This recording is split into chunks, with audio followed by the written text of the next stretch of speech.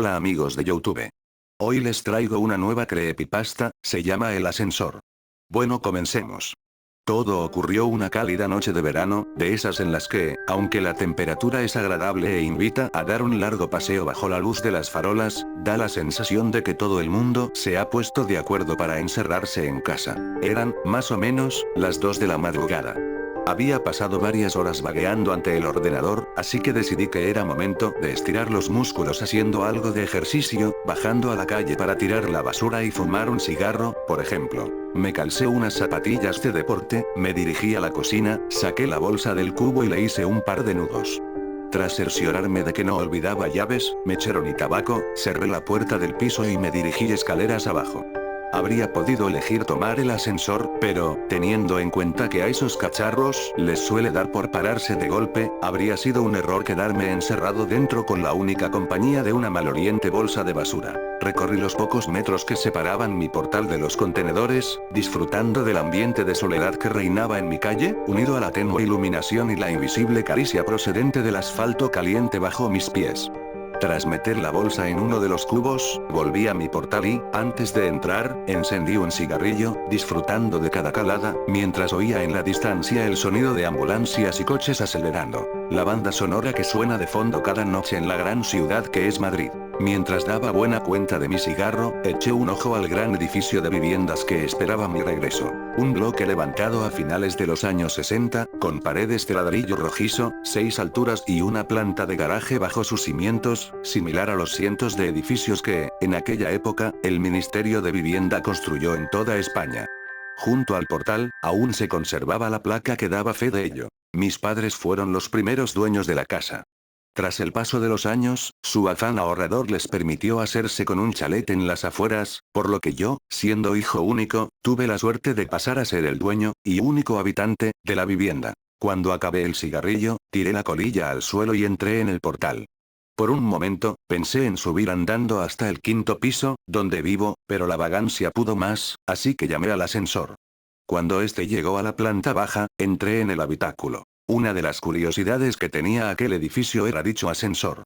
No todos los bloques de viviendas de la época contaban con uno, y se consideraba una mezcla de lujo y suerte el poder llegar a casa en uno de estos chismes cuando se levantó el edificio. Esto hacía que la estructura fuese algo vieja. Sus paredes, sus espejos y su cuadro de botones tenían más de 50 años. Lo que más me llamaba la atención de este último detalle era el correspondiente al garaje. Había un botón para cada piso, excepto para el sótano, en cuyo lugar había una cerradura. Todos los vecinos teníamos copia de la llave. El motivo era, según los constructores, evitar que el cálido garaje se llenase de mendigos por las noches. Miré aquella cerradura con curiosidad. Aquella vieja cerradura. Entonces, una idea se me pasó por la cabeza. En lugar de pulsar el botón del 5.º piso, eché mano al manojo de llaves que había en mi bolsillo e introduje la llave correspondiente. Para acceder al sótano, había que girar la llave hacia la izquierda, pero, ¿qué ocurriría si la giraba hacia la derecha? Hice la prueba. Nada. La cerradura hacía tope, como era de esperar. Cabezota de mí, volví a intentarlo, girando con más fuerza.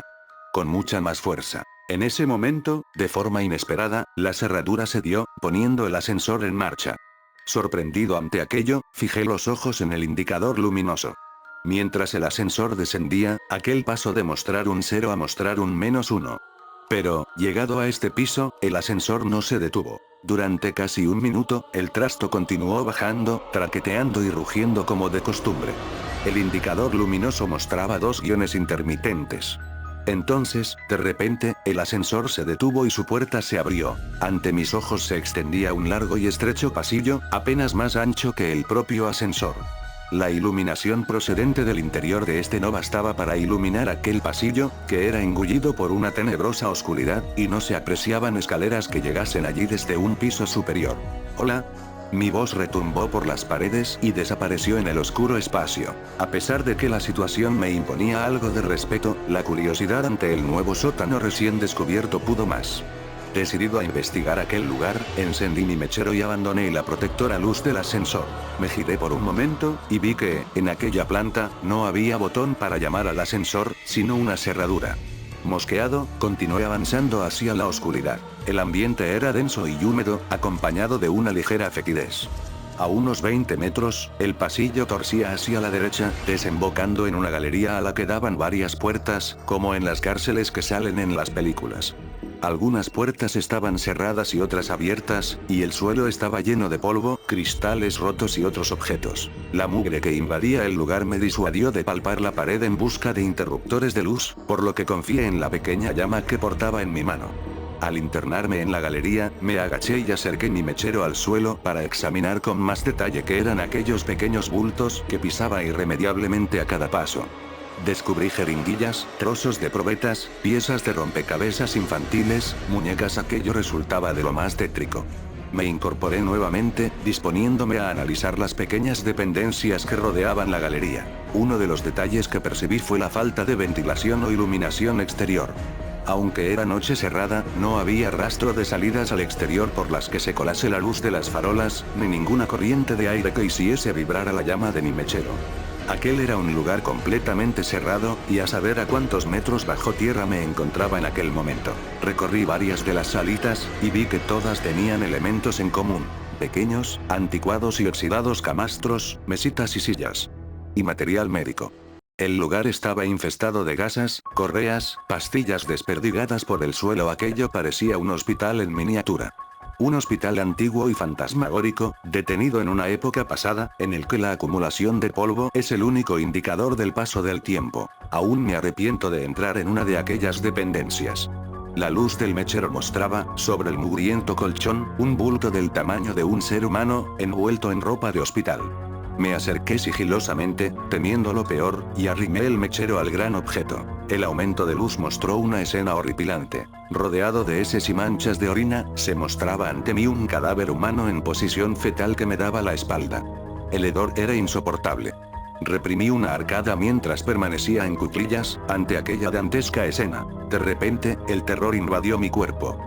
Aquel cuerpo se giró de forma brusca y, lo que en principio había clasificado como humano, mostró ser algo diferente, indefinido e indescriptible. El cuerpo de aquel ser estaba cubierto de llagas y heridas. En lugar manos y pies, sus extremidades se encontraban rematadas por muñones violáceos, y extrañas deformidades y bultos recorrían su tronco, dándole un aspecto monstruoso. Pero lo peor era su rostro. Sus ojos, grandes e inyectados en sangre, estaban protegidos por unos párpados abultados y sin pestañas. En lugar de pelo, su cabeza poseía infinidad de cicatrices y grapas que partían desde sus pobladas cejas y sienes y se perdían hacia su nuca. Sus orejas, irregulares y enormes, no mostraban pliegue alguno, tocando al ser de un aspecto simiesco. Tampoco poseía nariz, y de sus orificios nasales surgían 2 hilos de sangre reseca. Rematando aquel cuadro tan desagradable, se encontraba su boca, un orificio de comisuras agrietadas, sin labios, de cuyo interior carente de dientes y lengua, provenía el peor olor a podrido que he percibido en mi vida. Sus ojos se fijaron en los míos, y de su garganta surgió un bramido gutural, ronco y a la vez potente. Grité. Grité con todas mis fuerzas y mi voz se entremezcló con la del monstruo. Teniendo en cuenta la postura en la que me encontraba, caí de espaldas sobre el mugriento suelo, y el mechero se escapó de mi mano, dejando el lugar en la más absoluta oscuridad. Mientras palpaba el suelo en busca del mechero, oí cómo crujían los muelles del colchón y, antes de que pudiese reaccionar, aquel despojo se me echó encima, lanzando una vez más su aterrador alarido. Sentí su aliento contra mi rostro, mientras apestosa saliva caía sobre mi frente, y un escalofrío me recorría de arriba a abajo. Cejé en mi empeño de hacerme con el mechero y pataleé con todas mis fuerzas, tratando de zafarme del horripilante ser. Me arrastré unos metros hacia atrás, me levanté y salí de la estancia, a oscuras, tratando de recordar la disposición de aquella planta, temiendo tropezar o dar de bruces con alguna de las paredes. Mientras huía en dirección al ascensor, pude oír cómo aquello se arrastraba entre los cristales rotos del suelo, siguiendo mis pasos. Llegué al pasillo y sentí que volvía a la vida cuando me invadió la luz encendida del ascensor abierto. Entré, pulsé el botón del 5.º piso y, lleno de impaciencia y pavor, esperé a que la puerta se cerrase y el ascensor se pusiese en marcha. Sin embargo, el aparato no obedecía mis órdenes. Aunque el botón del 5.º piso estaba encendido, la puerta no se cerraba. Y el crujir de cristales se oía cada vez más cerca. Me di media vuelta. Ante mí, el pasillo se extendía una vez más, engullendo la luz del ascensor. Sin embargo, ahora no sentía curiosidad ante aquella escena. Sentía verdadero horror. Quería huir de allí. Y el ascensor no se movía. De repente, se hizo el silencio.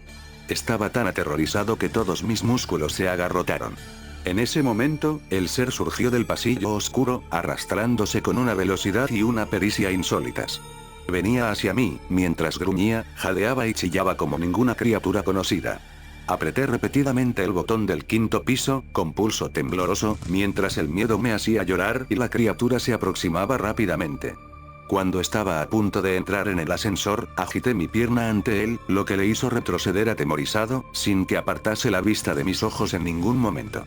En ese instante, las puertas se cerraron y el ascensor comenzó su ascenso. Fijé la vista en el indicador luminoso. Los dos guiones parpadeantes dieron paso a un -1, luego a un 0, un 1, etc. Algo más calmado, me miré en el espejo y fui consciente de mi aspecto.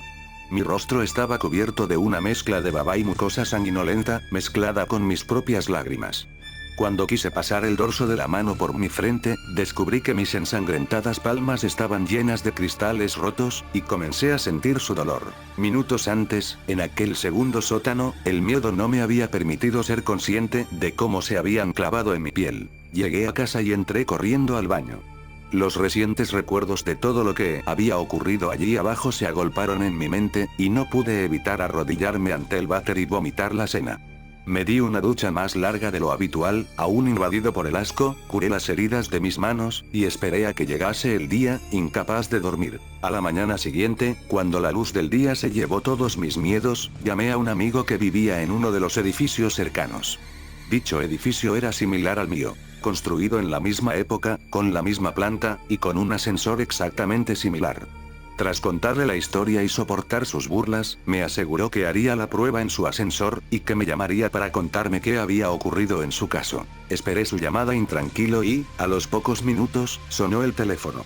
Era él, y su voz sonaba entrecortada y temblorosa. Bajo su casa también había un segundo sótano, húmedo y maloliente. Sin embargo, él no se había atrevido a adentrarse, y no tenía intención de hacerlo. No pienso volver a coger ese ascensor en mi puta vida. Eso fue lo que me dijo.